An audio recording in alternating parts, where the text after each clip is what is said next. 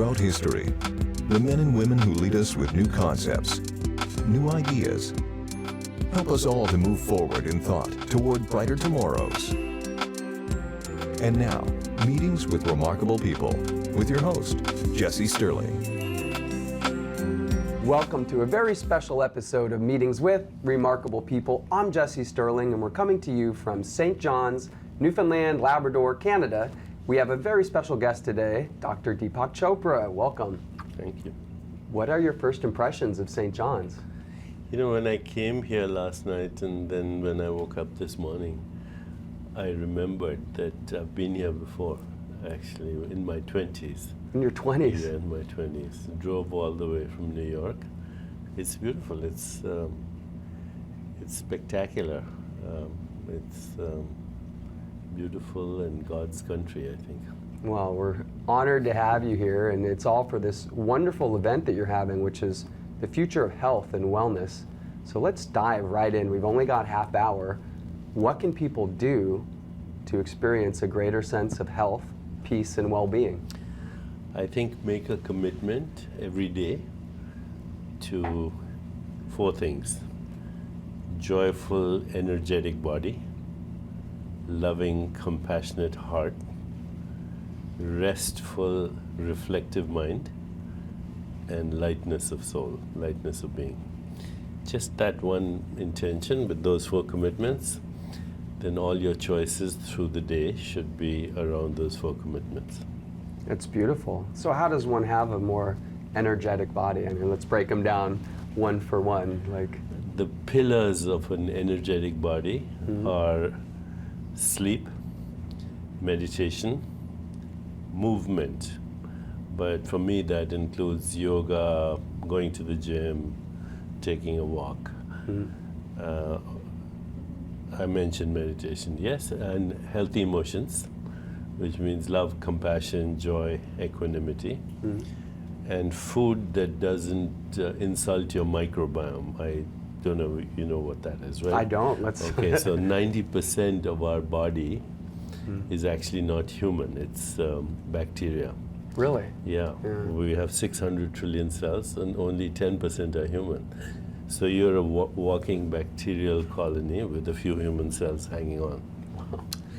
These cells are everywhere in your body. They're in all your orifices, eyes, nose, ears, in your skin, in your mouth, in your large and small intestine, in your stomach. 25 to 30% of the metabolites in our body, or chemicals in our body, molecules, come from the bacteria. And they interact with human genes. So bacterial DNA and human DNA interact all the time. At this moment, they're doing that. So whatever you put inside your body, affects bacterial DNA. And now we know for sure that food that's processed, manufactured, contains chemicals or preservatives or insecticides, GMO foods, they damage the ecosystem inside us, the microbes, what's now known as the microbiome, and that interferes with human DNA.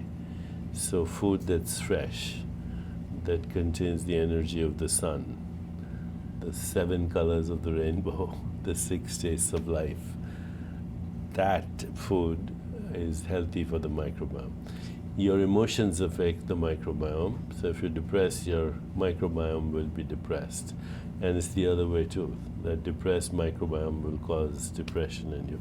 We're doing a lot of research on this right now. It's called epigenetics. And so everything that influences our genes, turns out everything, sensations, images, feelings, thoughts, emotions, food, influences the microbiome. Epigenetics, you are what you eat. I mean, that cliche is now scientifically being proven true. Yeah. And then hydration. That's it. That's physical well-being. Getting to that habit of drinking lots of water today and getting away from the sugar drinks. But this local movement you see of farm to table and live and local fresh food, it seems like now scientists are endorsing this and saying, that's incredible. Our whole body is made up of this food we're consuming. Yeah. And now let's... And those bacteria are looking forward to your next meal. We're keeping them You are going. them. You know, it's not, we are all of those cells. Wanted to talk about the relationship component of it, because it's not just physically our movement, our hydration, our food, but you mentioned there's this other component of loving relationships, the environment we surround ourselves with. How does that affect our bodies? Well, there are two kinds of emotions we experience. One that connect us to life, so love, compassion, joy, empathy, equanimity, peace. And then there are emotions that disconnect us, like resentment or anger or hostility or fear or guilt or shame or depression. And those emotions that connect us to life, they cause a phenomenon in the brain called limbic resonance. That's your emotional brain.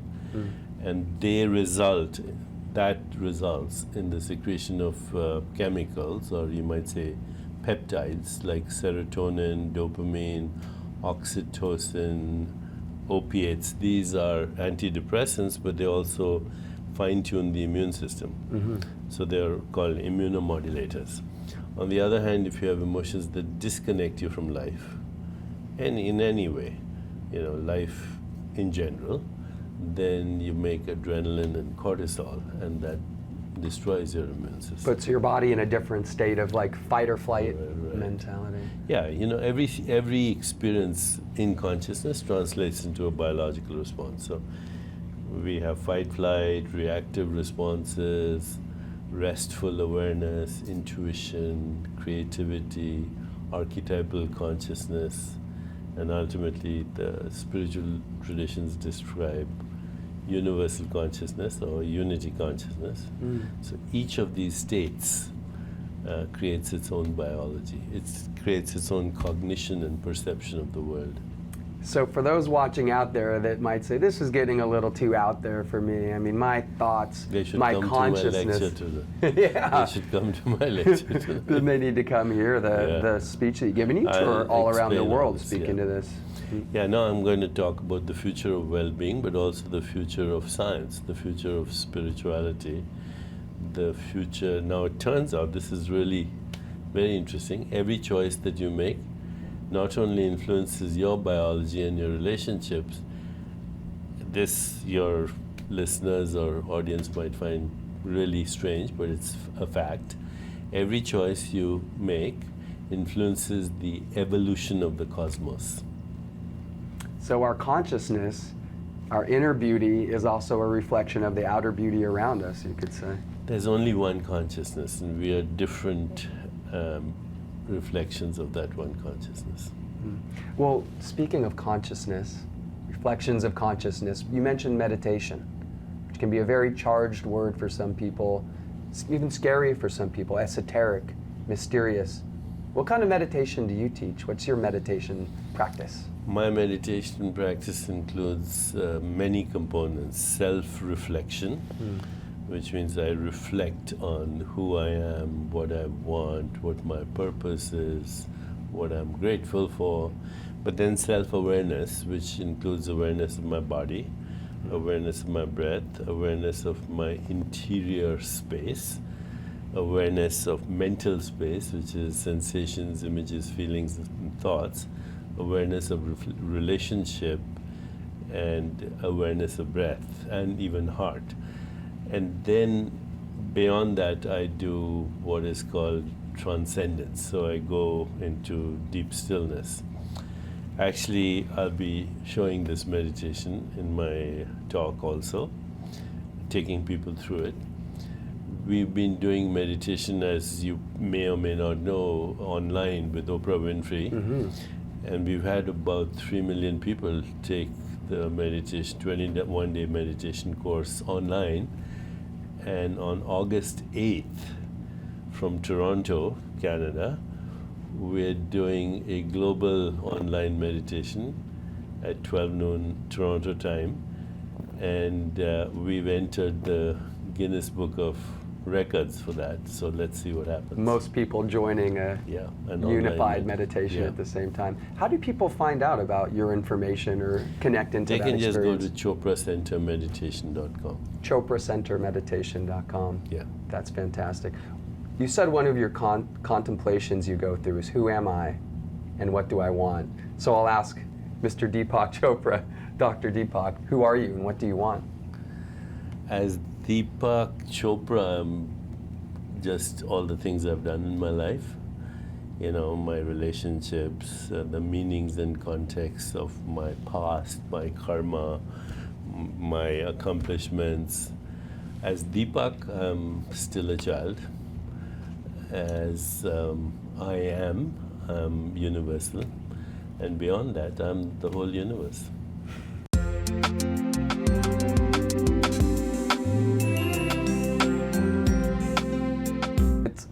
I know you're a prolific writer. You've written in many incredible books. Said that an author, to ask them to choose their favorite book is like choosing amongst their favorite children, but I'm going to put you on the spot. What's your favorite child, or at least the one you found has been most powerful in the world? The most popular book that I've written is 7 Spiritual Laws of Success. Mm-hmm. But my favorite book is always my current book or my next book. So as of yesterday, I have a book called Brain, Mind, Cosmos. And actually this is a book that I've edited. I've also written parts of it. But it has contributions from 30 scientists and philosophers. It's about what's the connection between our mind, our brain, and the cosmos. It's an ebook actually, and it just came out, and it's doing extremely well. I'm very happy about it. My next book, which is coming out in October, November, is called The Future of God. And it's going to be a PBS special as well. What a great title. Just the title is very evocative. I thought God doesn't change and he's omnipotent and omniscient. The future of God is our interpretation of God, which has been changing since the time of the Old Testament. And now, you know, with all the science and cosmology, it evolves. God doesn't evolve, our understanding evolves. Our understanding does evolve. It seems like we had a very direct relationship with God in the Old Testament, going back to the Garden of Eden. Then he would use prophets, and slowly that face of God has seemed to be disappearing. Well, it's included and transcended. So, you know, some aspects of that understanding of God still remain. Be still and know that I am God. That I am that I am. All of that is still true. But as we evolve and the cosmos evolves in us, you see, what we experience as the cosmos is a direct reflection of our brain. And what the brain is a direct reflection of our mind. And the mind is a direct reflection of our consciousness. So as our consciousness evolves to higher stages, everything evolves. The human brain, even the human body. Perception, cognition, personal relationships, social interactions, environment, they all evolve with us. I wanted to ask about the 7 spiritual laws. It's made a huge impact on my life. Many people I've spoke to changed their life. Can we get an overview of those tenets? What are the spiritual laws and what that book has meant to North America and to the world, really? Yeah, but the 7 laws, that spiritual laws, as I call them, are actually 7 principles in nature. You can find them in a seed, you can find them in any cell in your body, and you can find them in nature as well, in the cosmos. So pure potentiality, which means the ground of being is infinite possibilities. That's number 1. Number 2 is the law of giving and receiving, which means that everything circulates. If you stop that, then there's strangulation, and that's death, actually. Number 3 is karma, which means that every choice has a consequence, which we talked about, okay? Number 4 is least effort, which means in nature everything happens with effortless spontaneity. And there's no resistance in nature. any resistance that we experience in life is self-imposed. It's also called flow. I had this image of the water just going around the rocks. Rocks immovable, the water flows around. Water or the wind, even more flexible than water. Okay, the breath, then intention. Intention is the fundamental basis of creativity. Or you can say desire, intention and desire. Inherent in having the intention is the full mechanics of its fulfillment, because intention has infinite organizing power. As long as the intention is not coming from your ego identity, but from your deeper self. Okay, then the sixth law is the law of detachment. If you really want something, let it go and come back to you. Okay. That's not easy though. No, it's very easy. Our ego wants to be in the process, not in the outcome. The point of arrival is always now, always. Can't be any otherwise. If you're living only in the future, then the future, when it arrives, you won't be present for it anyway. So what's the You're point? waiting for the next moment. Yeah. And the final is dharma, which means purpose, life purpose. So everything has a purpose. In the acorn is the oak tree. Okay, so too we all have unique gifts and talents and purpose, and when we're doing that, we have a good time. Pure potentiality. I love that. In the acorn is the mighty oak already. Yeah, already. Yeah. And dharma. Not the mighty oak. Forests, tens of thousands of forests in that one seed. In that one seed. And dharma, that concept of dharma, and there was a line from the book that I loved, when the wind of life blows through you, almost like the flute making music. Yeah. You know you're on point then, when it's just right. flowing and this beautiful music is coming out of you. That's right. And it can be anything. It can be a fisherman, a shoe repairman, a doctor, a lawyer. Mother. A mother. Yeah. There's the universe is called universe because it's a symphony. And we dance to it, even though sometimes we can't name the tune.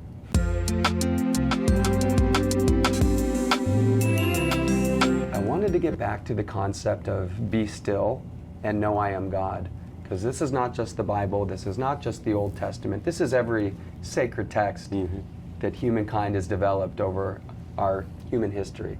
The whole course of up, down, gain and loss, happiness, sad, victory, defeat. How do we get and develop the habit of being still? So hard. So much value is placed on our society of achieving, multitasking. It just depends on your priorities. For me, stillness, I carry it no matter where I go. So it doesn't matter where I am or what the situation or circumstance is. And you can make that a habit, to carry it. Of course, meditation helps. But you can also stop in the middle of what you're doing, take a few deep breaths and observe what's happening in your body, and then proceed with love and compassion. If you make a point of doing that, and you also watch your reaction to react. So the highest form of human intelligence is the ability to observe yourself without judging yourself. Then transformation happens. That's one of the keys, seems to be that pause though, of creating that buffer between here's life, action, reaction. You just take the pause, maybe it's breath that calms you down. Press the pause button. To be able to press the pause button. We've talked about relationships and love in our life and how that can actually affect our health. What would be Deepak's key to successful, loving, and harmonious relationships? I think being love is more important than even any other act of love, because once you're a being in love, then feeling, thinking, speaking, and doing follow spontaneously. So your love should be like light that radiates from a bonfire. It's not necessarily focused on anyone, but it's not denied to anyone either. Then you can channel it wherever you go. The abundance mentality. If you get a pail of water out of the ocean isn't going to miss that. Right. Not too much infinite to give. Who have been your greatest teachers in life? Who inspires you? Well, I was a student of Krishnamurti and Maharishi Mahesh Yogi. but my main inspiration came from my parents. That's beautiful. It's beautiful. Do you have a memory of your parents right now, or something that comes to mind from your My childhood? father was a physician. He was a cardiologist, and he used to had a practice. And on weekends, he would see patients free of charge. They would come from all over the country. My mother would cook food for them. And when they left, they would make sure that they had enough money for their bus or their train. And so, he had literally tens of thousands of people who came to see him from all over the country. So you grew up with that beautiful example of compassion and giving and caring. So we have just a couple minutes left. Wondering if you have a favorite quote that has inspired you in your life. You've given the world so many quotes. What are the quotes that inspire you? Well, my inspiration usually is from Rabindranath Tagore, the great Indian poet, who said, "Love is not a mere sentiment, it is the ultimate truth at the heart of creation." Wow. You could just meditate on that for a couple minutes. And final thoughts for our viewers watching out there, not just in Newfoundland, but we go right across Canada, through the Caribbean. We're in close to 9 million households. Two things. Yeah. Take it easy. Number one. Okay. And number two, join the global meditation on August 8th at 12 noon Toronto time. Fantastic. And just one follow-up question. How do we take it easy? Like, I just see that person at home watching this, one piece of advice they can latch onto and do today. Ask yourself, what will be the meaning you have given to life at the end of your life. I don't think anybody is going to be saying, I wish I'd worked harder or gone to the office one day extra. What's really important for you? If you ask that every day, and what's your purpose? What are you grateful for? Then your behavior will automatically be influenced. Fantastic. Well, thank you for being so generous of time and spirit with us this morning. Thank you very much. And thank you, dear viewer, for watching. We're coming to you from St. John's, Newfoundland and Labrador. An amazing guest today, the world-famous and world-changing Dr. Deepak Chopra. This has been another remarkable meeting with another remarkable person.